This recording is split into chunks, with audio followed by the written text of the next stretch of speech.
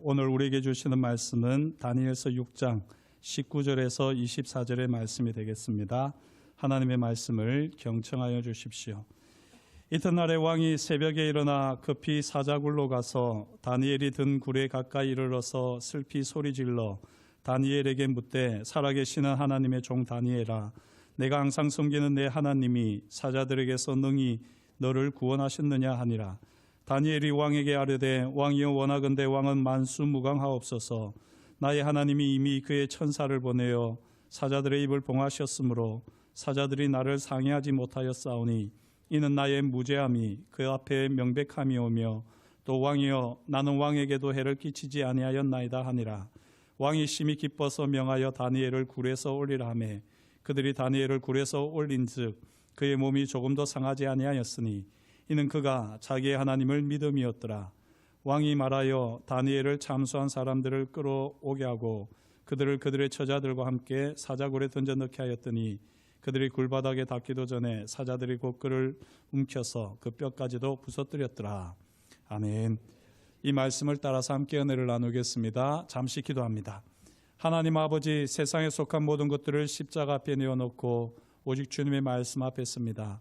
주님의 말씀으로 우리를 새롭게 하여 주옵시고 남은 날을 오직 주님과 동행할 수 있도록 이 시간 우리 가운데 강권적으로 역사하여 주옵소서.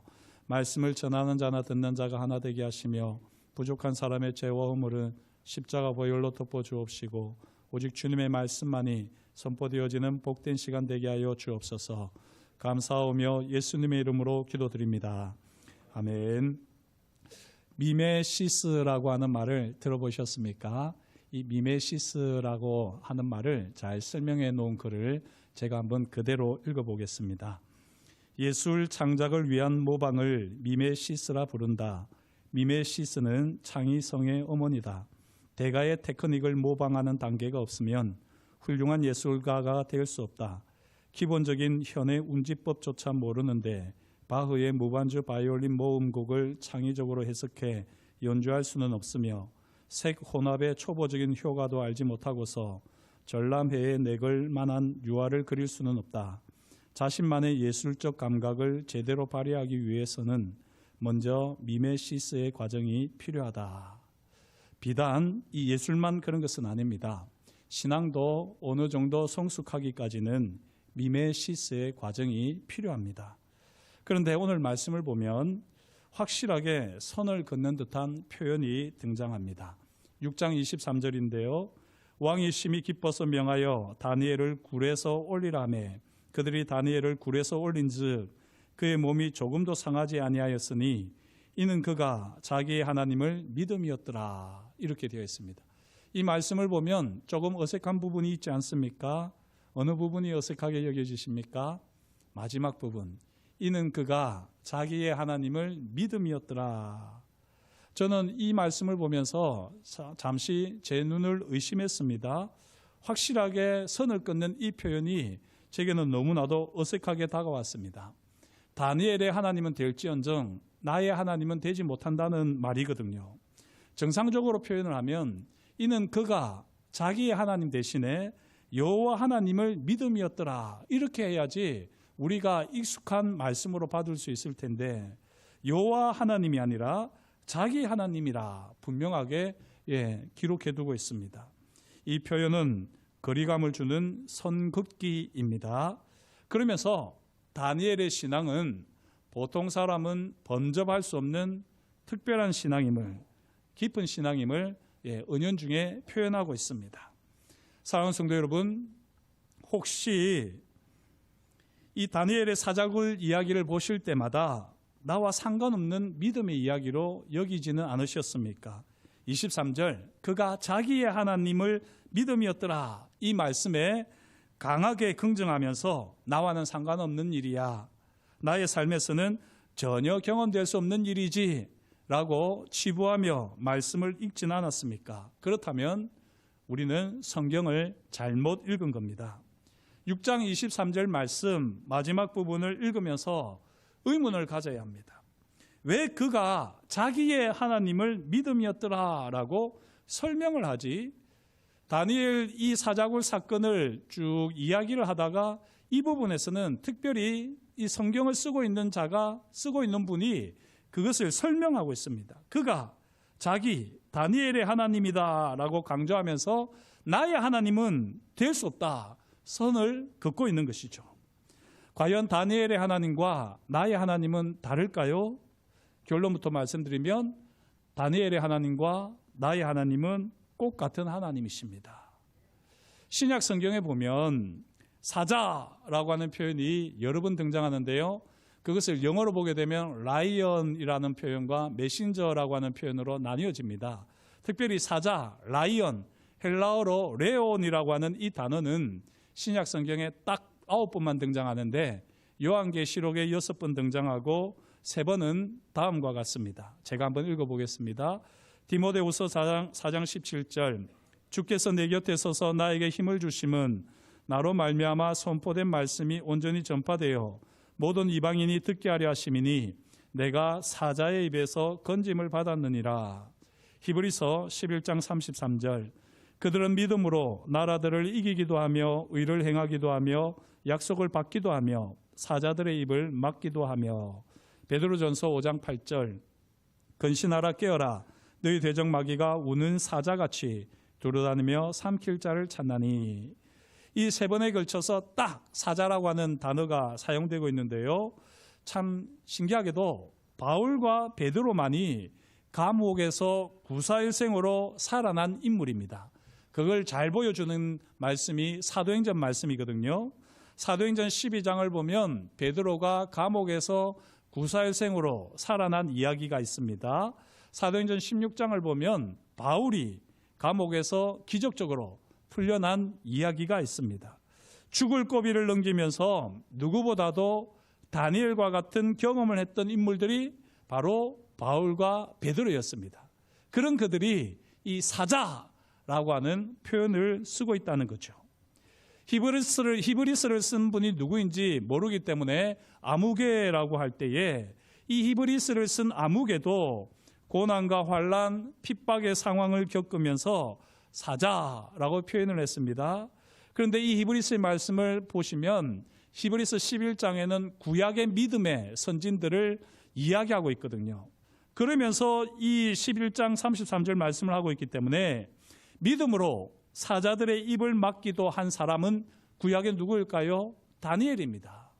이 히브리스 기자는 다니엘을 염두에 두고 이처럼 믿음으로 사자들의 입을 막았다라고 기록하고 있습니다. 무슨 말씀이냐?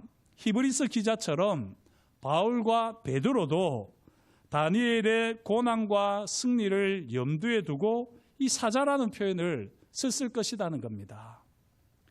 그런데 이 바울과 베드로가 사자라고 하는 이 비유를 사용한 데는 사실 더 깊은 의미가 있습니다. 왜 바울과 베드로가 이 사자라고 하는 말을 썼을까요? 단순히 다니엘의 고난과 승리를 그대로 표현하고 싶어서 이 사자라는 비유를 썼을까요? 사실 바울과 베드로가 사자라고 하는 표현을 썼을 때는 다니엘의 삶을 자신들의 삶에 투영을 하고 있는 겁니다. 조금 어려운 표현이죠. 서두에 말씀드린 대로 바울과 베드로는 미메시스의 과정을 거치면서 다니엘의 신앙을 본받고 있습니다. 생각컨대 다니엘의 사자굴 사건을 늘 묵상하면서 이 사건이 주는 교훈과 감동으로 삶을 물들이며 나아갔던 거지요. 사랑하는 성도 여러분, 바라기는 우리도 환난과 핍박 또 고난의 상황에서 바울과 베드로처럼 늘 다니엘의 이 사자굴 사건을 묵상하면서 이 사건이 주는 교훈과 감동으로 삶을 물들이시기를 주의 이름으로 축복합니다. 그런 의미에서 이제 이 바울과 베드로에게 깊은 감동과 영향을 준 이 다니엘의 사자굴 사건을 한번 토파 보겠습니다. 바벨론 왕 느부갓네살 같은 경우에는 이 다니엘과 세 친구를 확실하게 압니다. 그들이 얼마나 신령하고 신실한 믿음의 사람인지를 잘 알았습니다. 느부갓네살의 꿈을 다니엘은 해석을 했습니다. 또 신앙을 지키기 위해서 풀무불에 들어갔던 세 친구였는데 머리털 한 올도 타지 않았더랬습니다. 이 모든 사건을 통해서 하나님이 살아계시다라고 하는 산 증인들로 이들은 증명이 되었습니다. 하지만 바벨론이 멸망하게 되는데 이 바벨론을 멸망시켰던 메대와 바사 연합국, 이 메대와 바사 연합국이 새로운 시대를 열어가지요. 이 혼란한 전국을 통치했던 인물이 바로 다리오 왕이었는데요. 이 다리오 왕 같은 경우에는 익히 다니엘의 명성을 알았던 것 같습니다. 그래서 각도에서 그 각도를 통치하는 통치자들을 120명을 이제 세우고 그 120명을 관리하는 세 사람을 따로 세우게 될 때에 그 중에 한 명으로 다니엘을 택했더랬습니다.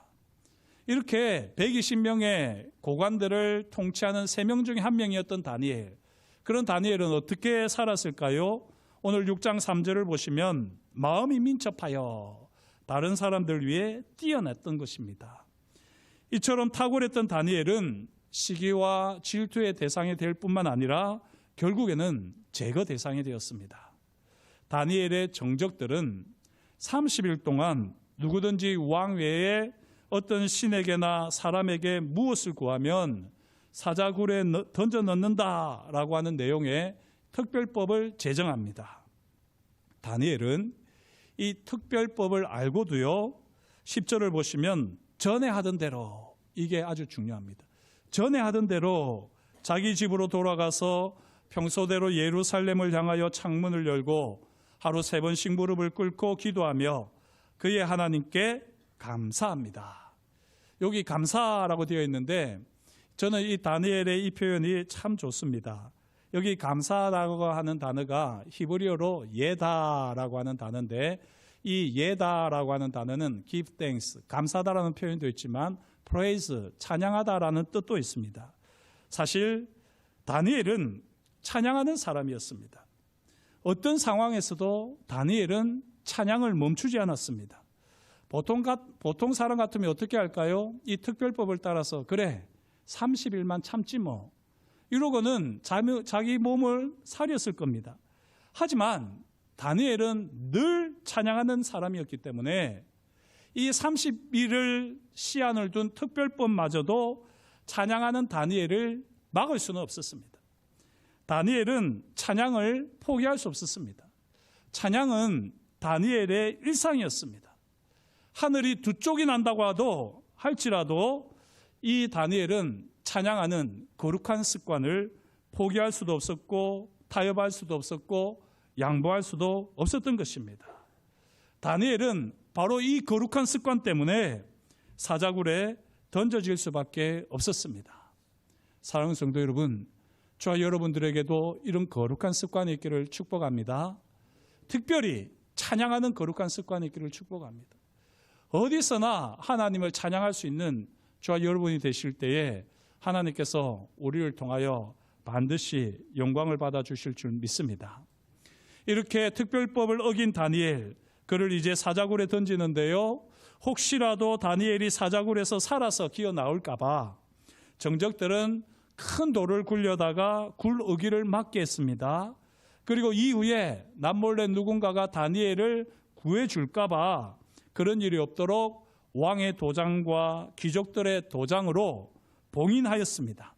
왕과 귀족의 입회하에서만 사자굴의 돌문을 굴리도록 엄격하게 조치한 셈이지요. 자, 이 부분을 가만히 보고 있으면요, 예수님의 시신을 안치한 돌무덤을, 그 돌무덤 입구를 큰 돌로 막고 그 입구를 봉인했던 예루살렘의 종교 지도자들을 우리는 떠올리게 됩니다. 이게 무슨 말일까요? 다니엘의 사자굴 사건은 사실 예수님의 십자가와 부활 사건의 구체적인 예표입니다. 달리 말씀드리면 예수님의 십자가와 부활을 경험한 사람이라면, 성도라면 다니엘의 이 사자굴 사건을 대면하게 대할 수가 없는 겁니다. 이 사자굴 사건을 통해서 예수님의 십자가와 부활을 선명하게 경험하며 깨달을 수밖에 없다는 것이죠. 바라기는 저와 여러분들이 오늘 이 다니엘의 사자굴 사건을 통해서 주님의 십자가 은혜와 부활의 영광을 새롭게 경험할 수 있기를 축복합니다. 다니엘을 사자굴에 던져 넣었던 것을 허락했던 다리오 왕은 밤새도록 밤잠을 설쳤습니다. 그리고는 이튿날 새벽에 일찍 일어나서 사자굴로 와서 슬피 소리 지르며 다니엘의 안부를 묻습니다. 이때 사자굴에서 사자들의 포효 소리가 아니라 다니엘의 평안한 음성이 들리지요. 왕이여, 원하건대 왕은 만수무강하옵소서. 나의 하나님이 이미 그의 천사를 보내어 사자들의 입을 봉하셨으므로 사자들이 나를 상해하지 못하였습니다. 다니엘이 오히려 사자굴 속에서 왕을 위로하고 있습니다. 어떻게 이런 일이 일어날 수 있었을까요? 참 궁금한 일 아닙니까? 천사를 보내어 사자들의 입을 봉하였다. 이건 성경을 기록한 사람의 해석이 아니라 다니엘의 고백이요, 다니엘의 설명입니다. 그러면 정말 다니엘은 이렇게 천사를 하나님께서 보내셔서 사자들의 입을 봉하셨다라고 하는데, 그렇게 고백을 했는데, 이 사자굴에 있는 동안 다니엘은 무엇을 했을까요? 아무것도 안 했을까요? 사도행전 12장을 보면 베드로는 감옥에 갇혔을 때에 조용히 누워서 잠을 자고 있었습니다. 어쩌면 다니엘이 그랬을지도 모르겠습니다. 아니면 사도행전 16장의 바울처럼 다니엘은 기도와 찬송을 드렸는지 모르겠습니다. 저는 이 다니엘의 일상적인 거룩한 습관을 따라서 바울처럼 기도와 찬양을 드리지 않았을까 추측을 합니다. 다니엘이 찬양을 할 때에 사자가 찬양을 조용히 듣고 있는 장면을 상상해 볼 수가 있습니다. 애니메이션으로 이걸 그리면은 사자굴 속에서 다니엘이 찬양을 할 때 사자가 이러면서 조용히 웃으면서 듣고 있는 그런 모습을 우리는 상상을 할 수가 있는 겁니다. 사자굴을 가득 메운 소리는 그 사나운 사자의 포효 소리가 아니라 다니엘의 찬양 소리였던 겁니다. 다니엘의 말을 들은 왕이 심히 기뻐하면서 다니엘을 굴에서 끌어올립니다. 사자굴에서 올라오는 다니엘의 몸이 놀랍게도 조금도 상하지 않았지요. 이때 성경은 해석을 하는데 이는 그가 자기의 하나님을 믿음이었더라고 해석을 달아놓고 있습니다. 제가 만약에 성경을 기록하는 사람이었다고 하면 저는 여기다가 한 문장을 더 추가할 것 같아요. 이는 그가 자기의 하나님을 믿음이었더라. 전에 하던 대로 하나님을 찬양하였음이었더라 라고 저는 한 줄을 더 넣을 것 같습니다. 사랑하는 성도 여러분, 자기의 하나님을 믿는 믿음이 있어야 합니다. 특별히 다른 사람이 아니라 자기의 하나님, 나의 하나님을 우리가 알고 그 나의 하나님을 믿고 나의 하나님께 드리는 찬양의 삶을 저와 여러분들이 살아야 할 것입니다. 다른 사람의 하나님이 무슨 의미가 있습니까? 다른 사람의 하나님은 사실은 우리와 아무 상관이 없습니다. 우리 각자가 경험한 나의 하나님, 그래서 나의 하나님께 드리는 나의 찬송, 그 찬송이 있을 때 우리는 사자굴에 들어간다 할지라도 하나님의 그 놀라운 보호와 인도하심을 경험하게 될 줄 믿습니다.